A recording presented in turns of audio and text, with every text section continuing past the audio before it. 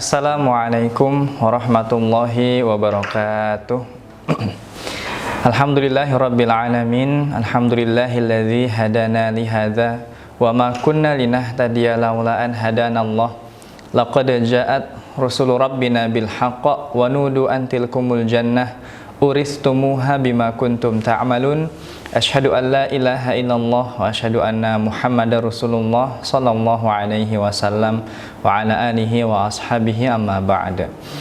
Para saudaraku sekalian yang saya hormati, kaum muslimin dan muslimah, pada pertemuan kali ini kita alhamdulillah memiliki kesempatan untuk saling memberikan manfaat satu sama lain, sehingga dari waktu yang kita miliki di dalam satu hari atau mungkin seminggu atau mungkin sebulan, ada berapa persen dari waktu kita yang kita gunakan untuk mengambil manfaat dari hari tersebut, terutama untuk mendengarkan sebuah tausiah atau sebuah ceramah yang akan kita ambil hikmahnya untuk pelajaran hidup yang akan kita jalani kelak, atau untuk bermuhasabah, atau mungkin untuk belajar. Nah, di sini kita akan berbagi tentang bagaimana kita menghadapi persoalan hidup yang berat.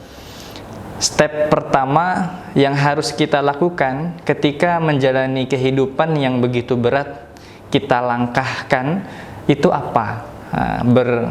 Tentunya ini sesuai dengan tuntunan Rasulullah SAW yang telah Nabi praktikkan kepada para sahabat-sahabatnya. Para saudaraku sekalian, hidup itu dinamis. Tidak ada orang yang hidup itu dalam keadaan senang terus, tidak. Atau mungkin susah terus, itu tidak. Karena hidup itu dinamis, maka ada kalanya kita ngerasa tenang, dan ada kalanya memang kita sedikit banyak khawatir terhadap problema kehidupan dalam kehidupan kita. Nah, kali ini alhamdulillah kita sudah diberikan oleh Rasulullah tentang berbagai macam cara atau opsi tentang mensikapi keadaan ketika berat dalam hidup. Kalau kita ambil pelajarannya tentang hadis yang diriwayatkan oleh Imam Abu Dawud, yang juga dikutip oleh sahabat Nabi, yaitu Abdurrahman bin Abi Bakrah, yang mana beliau ini adalah sahabat, golongan sahabat yang beliau adalah anak dari khalifah yang bernama Abu Bakar. Beliau mengutip hadis bahwa suatu saat beliau mengaji sebuah hadis kepada bapaknya. Beliau bertanya kepada bapaknya, "Ya abati, ini asma'uka tad'u kulla ghadatin Allahumma afini fi badani, Allahumma afini fi sam'i, Allahumma afini fi basari, Allahumma afini fi basari, la ilaha illa anta." Nah, itu doa yang dibaca oleh bapaknya yang didengar oleh anaknya. Anaknya yaitu Abdurrahman bin Abi Bakrah. Lalu Abdurrahman bin Abi Bakrah ini menghitung bahwa bapaknya mengucap kalimat tersebut 3 kali di waktu pagi dan juga di waktu sore, gitu. Lalu bapaknya berkata bahwa saya praktek kalimat tersebut karena saya juga mendengar Rasulullah SAW melakukan hal yang serupa, dan saya senang jika saya mengikuti sunnahnya Nabi, gitu. Beliau atau bapaknya berkata bahwa fa'ana uhibbu an astanna bi sunnatihi, bahwa saya itu senang kalau mana perilaku saya itu mengikuti sunnahnya Nabi. Seperti itu para saudaraku sekalian. Maka kita lihat bahwa tindakan yang diambil oleh bapaknya Abdurrahman, yaitu si khalifah yang bernama Abu Bakar ini mengambil tindakan atas dasar contoh dari Rasulullah. Dan tindakan ini diambil atas dasar rasa cinta atau mahabbah. Kalau kita lihat, ternyata mahabbah atau tindakan yang diiringi oleh mahabbah dengan mahabbah, rasa cinta, itu juga bisa menimbulkan pahala. Nah, maksudnya tindakan ini akan jauh lebih kuat potensi pahalanya karena diiringi oleh rasa cinta. Senang banget kalau beramal zikir yang memang sesuai dengan tuntunan Rasul. Begitu pula Abu Bakar menceritakan kepada anaknya tentang hadis yang diucapkan juga oleh sahabat, yaitu sahabat yang bernama Abbas. Yang mana Abbas berkata bahwa Allahumma inni a'udzubika minal kufri wal faqri, Allahumma inni a'udzubika min azabil qabr la ilaha illa anta. Itu zikir atau doa yang serupa. Yang mana di situ hadisnya Abbas menjelaskan bahwa doanya isinya, ya Allah, saya berlindung kepada Engkau dari kekufuran dan kefakiran. Fakir di sini bermakna kekurangan kecukupan hati. Karena hakikinya seseorang itu seberapa susahnya kalau dia terus berada dalam tahap syukur, selama dia bisa mensyukuri dengan maksimal apapun yang Allah berikan kepada dia, maka hatinya tidak akan dikategorikan sebagai orang fakir. Gitu. Lalu doanya, ya Allah, aku berlindung dari siksaan kubur, azab kubur, dan tidak ada Tuhan selain Engkau Allah. Nah, para saudaraku sekalian, kita lihat di sini ada beberapa zikir berupa doa yang bisa kita praktikkan dari hadis yang dikutip oleh anaknya Abu Bakar, yaitu Abdurrahman, dan juga disandingkan dengan hadis dari Abbas. Ini sangat bisa kita praktikkan dalam kehidupan sehari-hari. Kalau kita lihat, sebenarnya banyak potensi kehidupan kita ini mengalami kesusahan atau kefakiran. Fakir di sini kita tidak pernah merasa puas, jiwa yang jauh dari syukur. Otomatis ketika kita merasa ada yang kurang dari kehidupan kita, kita merasa sedikit gelisah dan susah, berat. Hal itu termasuk penyakit sebenarnya. Penyakit yang perlu kita hadirkan obat dari penyakit itu. Para saudaraku sekalian, penyakit fakir ini, kalau kita lihat, ternyata memiliki obat, bukan hanya obat berupa materi. Orang fakir kekurangan, kalau dikasih uang depan mata 1 miliar, oh jelas mereka senang sekali. Namun di sini yang diajarkan Rasulullah SAW dari beberapa hadis juga yang diriwayatkan oleh sahabat-sahabat dan juga ahli hadis, imam ahli hadis lainnya, itu mengajarkan bahwa langkah utama yang kita ambil ketika kita merasa susah, yaitu adalah mencari obat hati dari kefakiran. Ternyata obat hati dari kefakiran itu adalah zikir kepada Allah. Zikir yang sudah dijelaskan seperti tadi, nanti bisa kita amalkan, yang akan kita yang sudah kita letakkan tadi di screen. Bisa para saudaraku sekalian semuanya mengamalkan doa tersebut ketika hati merasa gelisah. Karena memang mengetahui kenapa kita minta berlindung dari kefakiran kepada Allah, karena memang di Al-Quran sendiri di surat An-Najm ayat 49 dijelaskan bahwa wa annahu huwa aghna wa aqna. Allah lah zat yang maha memberi kekayaan dan juga maha memberi kecukupan.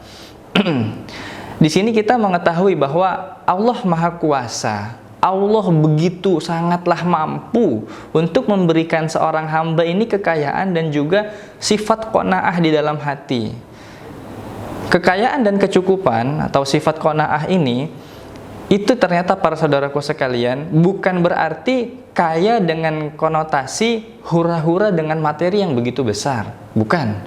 Namun sifat qanaah yang Allah hadirkan kepada hambanya yang sungguh-sungguh minta berlindung dari kefakiran hati, itu adalah sifat yang dia tidak mudah khawatir atau tidak mudah gelisah dengan beratnya hidup, yang mana orang lain merasakan bahwa kalau kurang duit itu berat, kalau kurang kebutuhan yang sebenarnya itu hanyalah lifestyle, gaya hidup, itu berat. Kalau saya nggak nge-mall sebulan sekali itu kayak gimana gitu, itu susahnya. Masya Allah, ada orang seperti itu. Karena memang itu adalah penyakit hati, harus ada obatnya gitu. Para saudaraku sekalian, kita bahas kembali kepada hadis. Di hadis selanjutnya dijelaskan, Abu Bakar menceritakan lagi kepada anaknya bahwa Rasulullah SAW juga mengajarkan bahwa da'awatul makrubi, jadi beberapa doanya orang yang disusahkan, terberatkan oleh keadaannya, itu adalah Allahumma rahmataka arju fala takilni ila nafsi tarfata ainin wa aslih li sya'ni kullahu la ilaha illa anta. Ya Allah, saya ini mengharapkan rahmat Engkau. Allahumma rahmataka arju fala takilni ila nafsi tarfata ainin, maka janganlah tinggalkan saya sekejap mata pun. Benar-benar diperhatikan oleh Allah. Zat yang memiliki kuasa atas kekayaan dan kecukupan, yang bisa memberikan sifat qanaah dan kekayaan kepada kita, itu bila mana memperhatikan kita, maka kita akan merasa cukup terus. Diperhatikan oleh zat yang memiliki polnya kekuasaan, kekayaan dan sifat kecukupan. Lalu wa aslih li sya'ni kullahu la ilaha illa anta, dan perbaikilah keadaanku dan tiada Tuhan selain Engkau ya Allah. Perbaikilah keadaanku, keseluruhan keadaan, sya'ni kullah gitu. Jadi para saudaraku sekalian, kita lihat bagaimana Rasulullah mengajarkan kepada Abu Bakar tentang doa ini saat orang merasakan kesulitan. Memang kunci utama yang bisa diambil dari seorang hamba saat dia menerima rasa susah, gelisah, itu adalah kontrol diri dari internalnya, bukan eksternal. Jadi Nabi tidak mengajarkan bahwa kamu harus healing ke gunung mana. Enggak. Kalau dia harus healing ke gunung mana, berarti kan kunci kebahagiaan itu ada di gunung. Kamu harus healing ke pantai mana, gitu. Berarti kan kunci obat dari kebahagiaan itu adalah pantai. Oh, kamu kalau lagi berat, coba deh kamu ke cafe rooftop di bagian mana, daerah mana, itu ntar enjoy banget tempatnya. Tapi Nabi tidak bersabda seperti demikian. Justru yang Nabi ajarkan adalah menyuruh sahabat agar mempraktikkan zikir. Berarti obat kunci utama dari hilangnya kegelisahan dan kesusahan adalah ingat pada Allah. Diperkuat dengan firman Allah dalam Al-Quran, ala bizikrillahi tatma'innul qulub. Ingatlah dengan zikir pada Allah akan menenangkan hati. Hati yang tenang para saudaraku sekalian akan mengajak kita mudah untuk berpikir sehat dalam menerima ayat-ayat Allah yang lain dan mencari kejelasan tentang makna dari kejadian yang Allah berikan kepada kita. Dan Nabi di sini juga tidak berat sebelah dalam mengambil sebuah hukum, karena kita lihat di kisah yang lain, Fatimah yang notabene adalah anaknya Nabi sendiri, pernah mengalami keberatan dalam hidup. Karena kalau kita lihat historinya Fatimah, kehidupan rumah tangganya Fatimah dengan sahabat Ali bin Abi Thalib sebagai suaminya Ibu Fatimah. Fatimah ini ibu rumah tangga yang super sekali para saudaraku sekalian. Masya Allah kalau kita lihat kehidupannya. Kalau kita lihat jejak-jejak atau bekas-bekas kesolihahannya Ibu Fatimah ini, sampai-sampai tangannya, telapak tangan Ibu Fatimah itu kapalan. Banyak kapalannya. Kapalan memang kalau zaman dahulu kalau anak jin biasanya tuh kapalannya kapalan kering. Namun Ibu Fatimah ini kapalan yang terkadang bercampur dengan keringat dan di dalamnya itu ada air. Nah, itu kan lumayan perih diderita. Lalu biasa menimba air di sumur, mengerjakan seluruh pekerjaan rumah tangga dengan sendiri. Kalau dia keluar dan masuk rumah itu seringkali bajunya dilihat banyak debu yang nempel di bajunya. Beliau menimba air, mengambil air itu dengan wadah kulit dari wadah dari kulit hewan yang dikeringkan, digantungkan di lehernya sampai berbekas lehernya ini beberapa bekas menimba air itu para saudaraku sekalian. Saking beratnya kehidupan Ibu Fatimah. Ibu Fatimah merasa berat dan ingin lapor kepada Nabi. Jelas atas persetujuan suaminya yaitu Ali bin Abi Thalib. Mereka musyawarah bagaimana saya berat melaksanakan pekerjaan ini, mungkin dengan adanya satu pembantu atau khodim, pelayan di dalam rumah mungkin bisa membantu pekerjaan saya. Bukan berarti lepas tangan sepenuhnya, namun pengen ada yang bantu. Dan ajaibnya para saudaraku sekalian, hal yang menarik di sini yaitu saat Nabi cross check kepada keadaannya Fatimah, menanyakan berapa kesulitannya apa, justru Nabi tidak memberikan Fatimah ini pembantu atau khodim. Bukan khodim yang Nabi berikan, tapi menariknya adalah justru Nabi memberikan Fatimah doa sebelum tidur. Kita lihat anaknya menyusahkan tentang kegiatan rumah tangga, namun yang Nabi berikan solusinya atau obatnya adalah doa sebelum tidur atau zikir sebelum tidur. Doanya apa? Doanya adalah Nabi ajarkan kepada Fatimah bahwa idza akhadtuma madaji'akuma fasabbaha salasan wa salasin. Jadi ketika mau tidur maka bertasbihlah 33 kali. Lalu wahmada salasan wa salasin, mengucapkanlah alhamdulillah. Yang pertama subhanallah 33, yang kedua alhamdulillah 33, lalu wakabbara arba'an wa salasin, lalu membaca takbir Allahu akbar 34 kali. Nah, Nabi bilang fahuwa khairun lakum min khadim. Zikir itu lebih baik daripada pembantu yang engkau minta kepada saya, Nabi. Kita lihat di sini bahwa Nabi sendiri mengajarkan anaknya dalam berperilaku kehidupan yang Nabi didik kepada anaknya Fatimah yang begitu solihah, para saudaraku sekalian, adalah bagaimana memiliki hati yang terus bergantung kepada Allah saat dia merasa berat. Yang Nabi ajukan pertama, memang Nabi mempertimbangkan seorang ayah, gak mungkin ayah yang sayang sama anaknya itu gak merasa berat, gak mungkin. Nabi pun berat. Namun sifat atau tingginya rasa sayang Nabi itu diutarakan melalui Nabi memikirkan akhiratnya Fatimah, dan Nabi mendidik dengan detail melihat kondisi hatinya Fatimah. Maka yang Nabi didik adalah akhlaknya, wataknya Fatimah ketika menerima keadaan berat. Nabi kembalikan itu kepada internalnya Fatimah agar Fatimah bisa mengontrol diri dan mengetahui ternyata obat dari kegelisahan hati itu adalah zikir kepada Allah. Itu kunci utamanya. Dan ntar kelak jelas walaupun Fatimah merasa berat, pahala yang diterima pun juga besar. Karena as-sawabu biqudri ta'ab. Besarnya hasil yang akan diterima, besarnya balasan itu sebanding dengan beratnya kepayahan yang kita alami.